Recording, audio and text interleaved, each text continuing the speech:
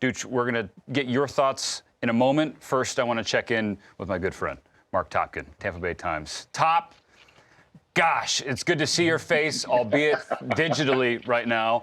I'm curious how long this has been in the works. We had heard the rumblings earlier in the offseason that Blake Snell was on the block, but it was like, nah, they're just kind of see what nibbles are out there. They're not actually going to do this, are they? But sure enough, they did. So how long has this been in the works?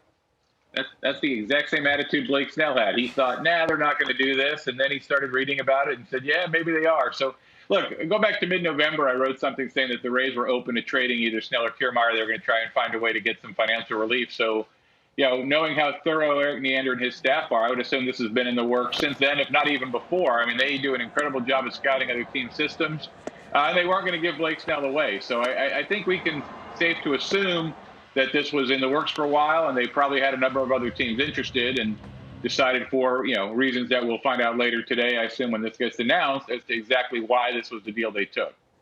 Yeah, Mark, I think they sort of jumped the market, too, when we heard that Yu Darvish maybe was out there. They were talking with the Padres, Luis Castillo, Sonny Gray, so they got out in front of the market. Interesting to me, I can't recall the last deal where a team got two catchers back, two young catchers. The Rays have been unbelievable in player development. The one thing they've never solved is developing a catcher.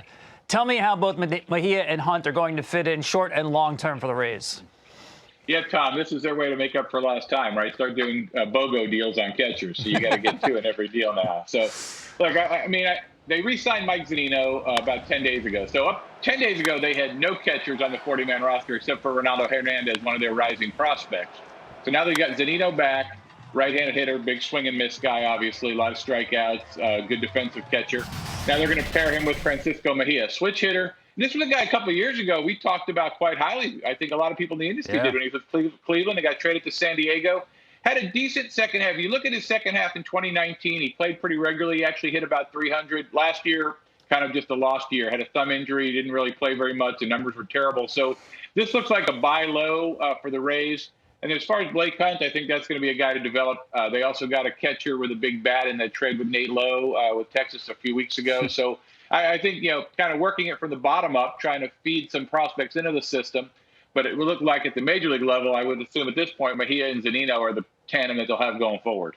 Top, I assume it's a personal bummer because Blake was so available and was so connected with you guys in the media. But what's the reaction been locally in the Tampa-St. Pete area with Rays fans? How are they feeling today? Yeah, it's not been the best Monday morning, I don't think. It's kind of the Monday blues times 10. But look, I think Rays fans, there's definitely a segment that's upset. They're mad at the owner. They're mad at the GM. They're mad at Kevin Cash still for taking him out because they left him in. He wouldn't have come out. He wouldn't have got traded. Everyone's mad at somebody right now. But I also think that there is a segment of the Rays fans that know this is how they do business. And as much as it stinks, and there's even some people in the Rays organization that, were kind of saying, look, we know it stinks, but it's how we do business here. And they've done this before. I mean, Scott Kazmir, David Price, James Shields, Chris Archer, Jake Odorizzi. You can go down the list, Matt Moore. They don't all work out great, but more often than not, the Rays do seem to get what they're looking for in these trades. So I think there is a, hey, give them credit segment. They know what they're doing. And there's the, oh, you got to be kidding me. They traded Blake Snell and we're never going to win another game segment of the populace out there. Okay, Mark, so for that casual fan who's not familiar with the way the Rays really do business, people are going to connect his last pitch coming out of the World Series Game 6. Him not being happy, the reaction we saw when Kevin Cash goes out there. And no starting pitcher should want to be happy about coming out of a game, especially that spot. But please explain to those people that there's really not a connection between that move and Blake now not being with the team.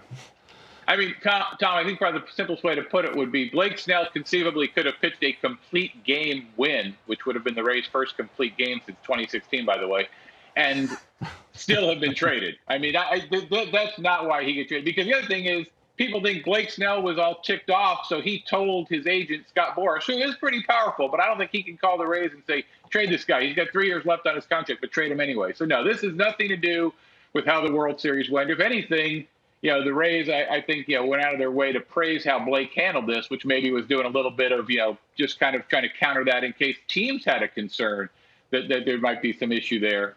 But no, I don't think this had anything to do with how the World Series came out. This is how the Rays do business. What surprised me is most of the time they trade these guys. They get to a cycle where there's 1 or 2 years left on their contract. Blake had 3 years left. He just signed this deal in spring of 2019, coming off the Cy Young, 5-year, $50 million deal. He wanted the 50. They had to haggle a little bit to get him to the $50 million. He gave up 1 year of free agency.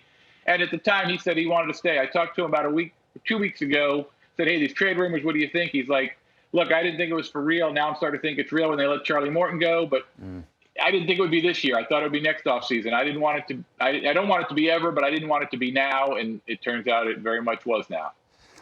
Top, one more before we let you go. We talked about Mejia, who had a 50-game hit streak in the minors back in 2016. But now I think the brightest prospect spotlight shines on Luis Patino, who's 21 years old, turned 21 at the end of October, unanimously regarded, highly regarded as a prospect. But there is a split as to what he is at this point in his career. How do the Rays plan to deploy him as we talk here today?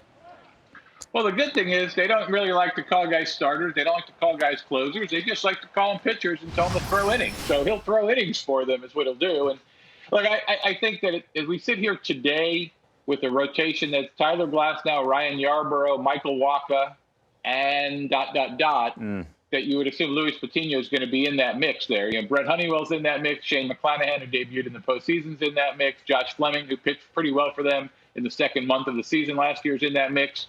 So somewhere out of that group, they're going to get 2 or 3 more guys to pitch 4 or 5 innings a night, whether as starters or coming in after openers. But, you know, Patino, the talent looks like he could help them immediately. I mean, he looks like he's ready. I know the numbers, the pure basic numbers from his stint in the majors last year didn't overwhelm. But everyone, as you say, the scouts, the reports, everything you read and hear about him is this guy is ready and has major league level stuff. Mark Topkin of the Tampa Bay Times does the best job covering the Rays and is always gracious with his time here with us on the network. Top, thanks so much. Enjoy the new year and celebrate it safely, okay?